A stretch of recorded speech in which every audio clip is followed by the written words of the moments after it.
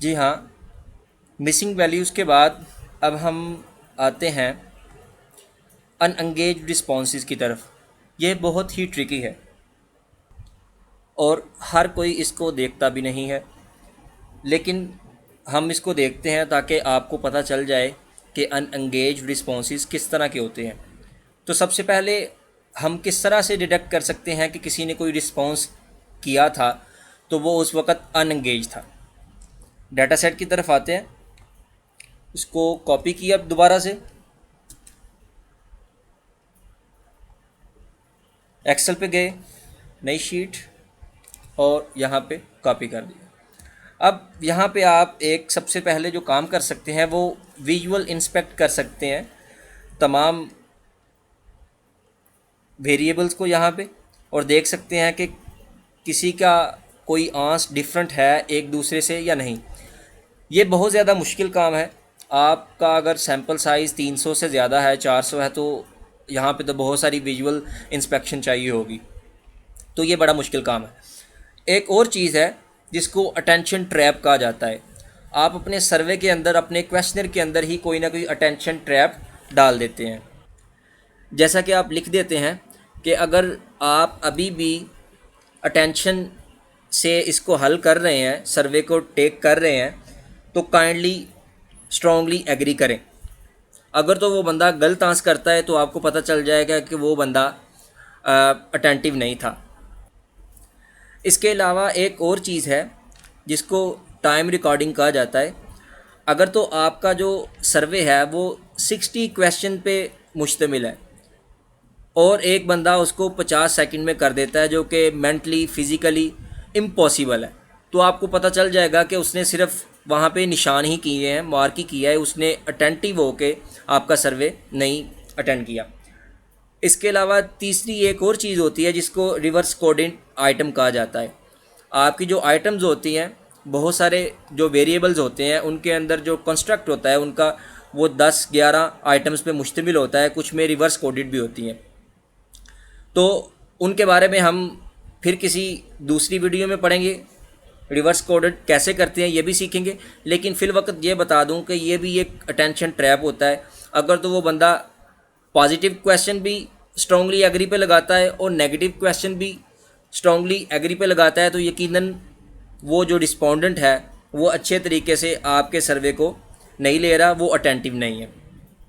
इसके अलावा यहाँ पे जब हम कैसे देख सकते हैं उसके ऊपर बात करते हैं। लास्ट पे गए और एक फार्मूला यहाँ पे लगाया,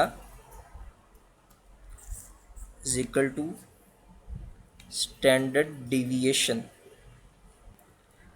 STDE, स्टैंडर्ड डिविएशन। और यहाँ पे आप अब स्पेसिफाई कर सकते हैं कि कहाँ से लेके कहाँ तक आपने चेक करना है।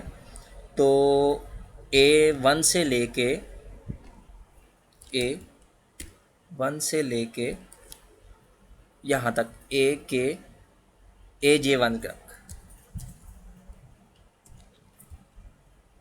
ओके, अब ये स्टैंडर्ड डिविएशन है, यानी कि जो पूरे का पूरा एक रिस्पॉन्स है जो रिस्पोंडेंट ने किया है उसमें कोई ना कोई चेंजिंग लाजमी है। उसने ये नहीं किया कि जितने क्वेश्चन थे सब के ऊपर 4 लगा दिया, जितने भी क्वेश्चन थे सब के ऊपर 2 लगा दिया या 3 लगा दिया, तो वहाँ वेरिएंस है कुछ ना कुछ।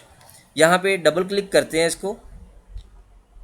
जी हाँ, अब यहाँ पे किस चीज़ को देखेंगे, जहाँ पे स्टैंडर्ड डेविएशन 0 होगा। तो मुझे लगता है हाँ, यहाँ पे एक मिल गया, एक केस जिसके अंदर जो स्टैंडर्ड डिविएशन है, जो वेरिएंस है, वो 0 है। इसको मैं सॉर्ट करता हूँ, स्टार्ट लार्जेस्ट टू स्मॉलेस्ट, सबसे लास्ट पे होगा। टोटल 2 ऐसे रोज़ हैं, 2 ऐसे केसेस हैं जिनमें जो वेरिएंस है वो 0 है, ID नंबर 19 और 295। आप देख सकते हैं यहाँ पे कि इन 2 रिस्पोंडेंट्स ने किस तरह से आपका सर्वे टेक किया होगा।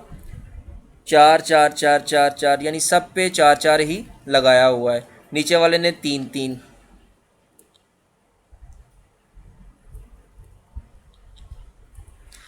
अब यहाँ पे मैं क्या करूँगा, डाटा सेट पे वापस जाऊँगा और रो नंबर 19 और 295 इन दोनों को डिलीट कर दूँगा और रिपोर्ट करूँगा कि दो ऐसे रिस्पोंडेंट थे जो अनएंगेज थे। एविडेंस उनका ये है कि उन्होंने जितने भी क्वेश्चन को अटेम्प्ट किया सब पे एक ही स्ट्रॉन्गली एग्री या डिसएग्री पे क्लिक किया हुआ था और ये फुली जस्टिफाइड है। डाटा सेट आईडी नंबर 295, यहाँ पे 294 होगा। यहाँ पे जब आप किसी आईडी को डिलीट करते हैं, किसी रो को डिलीट करते हैं तो नंबर चेंज हो जाता है। 94 को करूँगा तो यहाँ पे भी 94 आ जाएगा, लेकिन आईडी का फ़ायदा ये होता है कि ये आपको बताता है आपने रो डिलीट किया हो तो नंबर चेंज नहीं होता है, सेम वैसा ही रहता है। अभी यहाँ पे मैं 95 को डिलीट करूँगा तो 95 दोबारा वापस नहीं आएगा। यहाँ से मुझे ये भी पता चल जाता है कि मैंने कितनी अपनी रोज़ को डिलीट किया, कितने रिस्पॉन्सेज को डिलीट किया। इसका आईडी का ये भी फ़ायदा होता है। क्लियर। दूसरा था 19।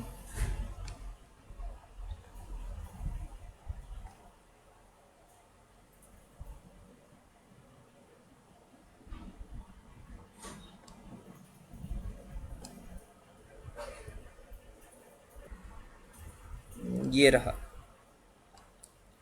इसको भी क्लियर कर दिया, डिलीट कर दिया। तो रिपोर्ट इसको वैसे ही करेंगे जिस तरह से मैंने आपको बता दिया। अब हमें पता चल गया है कि हमने अनएंगेज रिस्पॉन्सेज को किस तरह से हैंडल करना है। नेक्स्ट चलते हैं अब।